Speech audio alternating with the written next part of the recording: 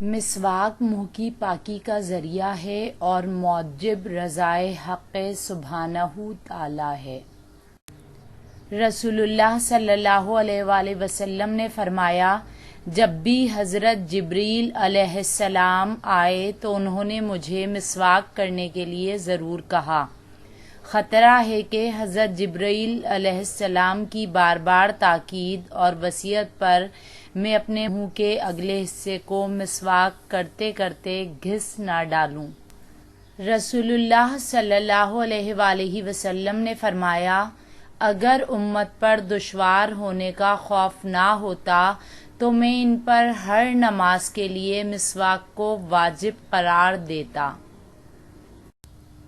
حضور صلی اللہ علیہ وآلہ وسلم جب قرأت قرآن یا سونے کا ارادہ فرماتے تو مسواک کرتے اور گھر میں داخل ہوتے وقت بھی مسواک کرتے۔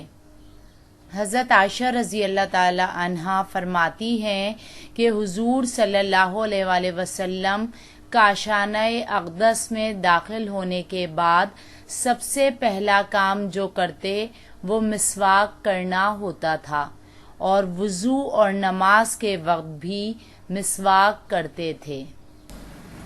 حضرت عائشہ صدیقہ رضی اللہ عنہا سے روایت ہے کہ رسول اللہ صلی اللہ علیہ وآلہ وسلم کا معمول تھا کہ دن یا رات میں جب بھی آپ صلی اللہ علیہ وآلہ وسلم سوتے تو اٹھنے کے بعد وضو کرنے سے پہلے مسواک ضرور فرماتے۔ مرض الوفات میں حضور صلی اللہ علیہ وآلہ وسلم کا آخری عمل مسواک تھا۔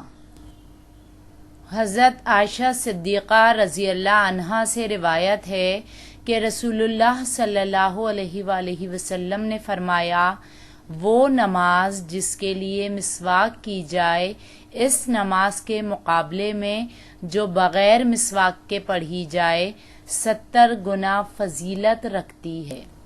مسواک سے متعلق ہدایات۔ مسواک ایک بالشت یعنی انگوٹھے کی نوک سے لے کر ایک چھوٹی انگلی کی نوک تک، اس سے زیادہ لمبی نہ ہو اور انگلی سے زیادہ موٹی نہ ہو۔